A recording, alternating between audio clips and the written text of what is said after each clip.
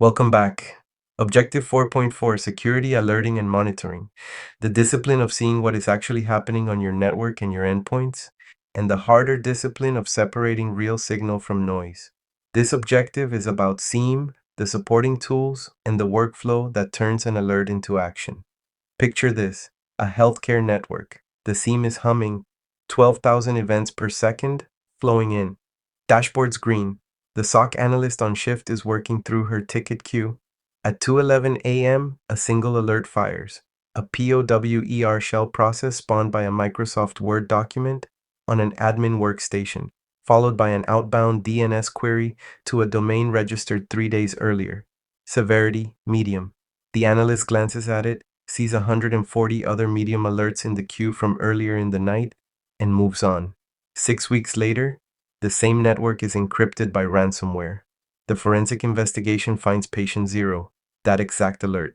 The analyst was not lazy. The analyst was buried. The SOC had been running with default rules and untuned thresholds for 2 years, and the signal-to-noise ratio had slowly turned into noise-to-signal. Anyone who has owned a SOC tuning project knows this story. Monitoring is not a tool problem. Monitoring is a tuning problem. Today we walk through what to monitor, what tools to use, and how to turn the fire hose into a focused stream. What to monitor. 5 categories. Systems. Operating system events, authentication, process execution, patch status. Applications, errors, transactions, login failures, API calls, response times, exceptions. Infrastructure, network devices, firewalls, switches, routers, cloud services, VPN concentrators, load balancers. User activity, login times, file access, privilege use, data transfers, USB usage, print jobs.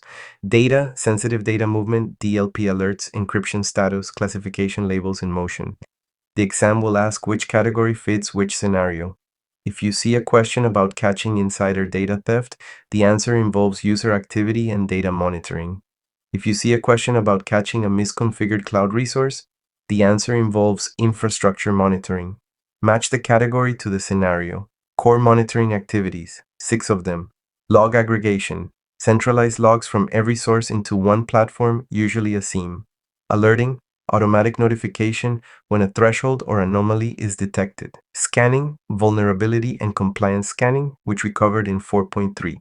Reporting, scheduled or on-demand reports for compliance and management. Archiving, long-term log storage for forensics and compliance, often years, not months. Alert response, investigate, triage, remediate. These 6 activities run in parallel, every minute of every day, in any SOC, running its program properly. Alert response is a workflow you must memorize for the exam. 6 steps. 1. Validate. Confirm the alert is a true positive, not a false alarm. 2. Triage. Assess severity, prioritize based on impact. 3. Investigate. Gather context, correlate with other data, build a picture. 4. Contain. If confirmed threat, isolate affected systems. 5. Remediate. Eradicate the threat, restore systems, apply fixes. 6. Document. Record findings, update playbooks if needed. Validate, triage, investigate, contain, remediate. Document. The exam will hand you a scenario and ask which step comes next. Alert types. 4 flavors ranked by how often they fire and how often they are right. Threshold-based. Fires when a metric crosses a defined limit. Example, more than 10 failed logins in 1 minute. Easy to set up, easy to tune, prone to false positives if the threshold is wrong. The classic mistake is setting the threshold for a small environment and never raising it as the environment grows. The alert that fired on legitimate volume because nobody updated the rule. Anomaly-based. Fires when behavior deviates from an established baseline. Example, user logs in from a new country at 3 a.m. Detects unknown threats but requires the baseline to be accurate, and baselines drift as user behavior changes. Signature-based. Matches known attack patterns. Example, IDS, signature for a known exploit. Low false positives on known threats, blind to new ones, blind to 0 days, dependent on signature update cadence. Correlation-based. Multiple events combined trigger an alert. Example, failed login plus new process plus outbound connection. This is where SIEM earns its money. The individual events are noise. The combination is a story. Correlation rules are the highest value alerts in your SIEM, and they are also the hardest to write. Most SOCs run with vendor default correlation rules and never write their own, which is a missed opportunity. Your environment has unique attack patterns. Correlation rules tuned to your environment catch what defaults miss. Now the key tools and standards. Let me rank monitoring tools by how often a security analyst actually opens them in a typical week, from most used to least used. Number 1, SIEM, the central nervous system of security monitoring, security information and event management, Splunk, Microsoft Sentinel, IBM QRadar, Elastic SIEM. The SIEM does 7 jobs: log collection, ingest from every source; normalization, convert different log formats into a common schema so an Apache Access log and a Windows event log can be queried with the same field names. This is harder than it sounds, and it is the reason SIEM deployments take months. Correlation, match related events across sources to detect complex attacks. The classic example: failed logon on system A, successful logon on system B from the same source IP, followed by a privilege process on system B. Each event alone is normal. The combination is lateral movement. Alerting, trigger when correlation rules fire. Dashboards, real-time visual overview customized to role. Log storage and archiving, long-term retention for forensics and compliance. Search and query, analysts search historical logs to investigate. Log retention is critical. Events older than your retention window are gone. If your retention is 90 days and the breach started 120 days ago, the evidence is dust. Compliance frameworks like PCI require 1 year. HIPAA varies by state, but commonly 6. And SIEM ingests raw logs and requires tuning. Without tuning, false positives bury the team. With tuning, the team sees what matters. Number 2, EDR, endpoint detection and response. The rich behavioral telemetry from every endpoint. We will go deeper on EDR in 4.5. For now, know that EDR generates the events that flow into SIEM, and that EDR is the evolution of antivirus. Antivirus is signature-based, EDR is behavioral. The SOC analyst opens EDR to investigate process trees, see what spawned what, and pivot from a single suspicious process into a full attack chain. Without EDR, that investigation requires manual collection from the endpoint, which takes hours instead of minutes. Number 3, vulnerability scanners. Nessus from Tenable, Qualys, OpenVAS, also known as Greenbone. Output, list of CVEs found, severity, affected systems, remediation guidance. We covered the workflow in 4.3. The output of vulnerability scanners feeds back into the SIEM as another data source. What is vulnerable becomes context for what alerts to prioritize. A high severity alert on a known vulnerable system jumps the queue. Number 4, DLP, data loss prevention. Watches for sensitive data leaving the organization. 3 modes by where it watches. Network DLP at the perimeter inspects email attachments and web uploads, blocks transfers that match policy. Endpoint DLP on the device inspects USB transfers, print jobs, clipboard operations, screenshots in some configurations. Cloud DLP inside SaaS applications inspects sharing and downloads, runs inside the cloud platform itself. DLP can block or alert depending on policy. Block mode prevents the exfiltration outright. Alert mode lets it happen, but flags it for investigation. The exam will describe a sensitive data exfiltration scenario and ask which tool detects it. Answer: DLP.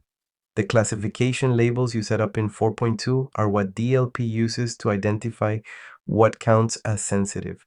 Classification feeds DLP, they are part of the same chain. Number 5, NetFlow.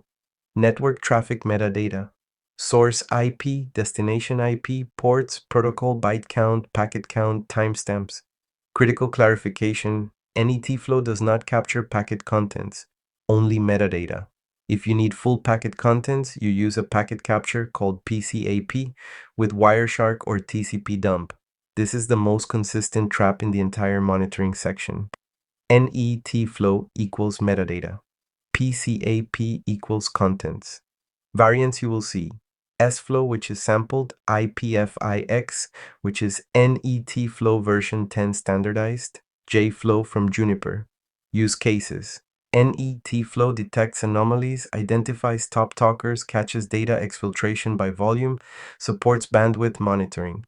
PCAP is for forensic deep dives, malware command and control analysis, credential capture in plain text protocols, and reconstructing file transfers from the wire.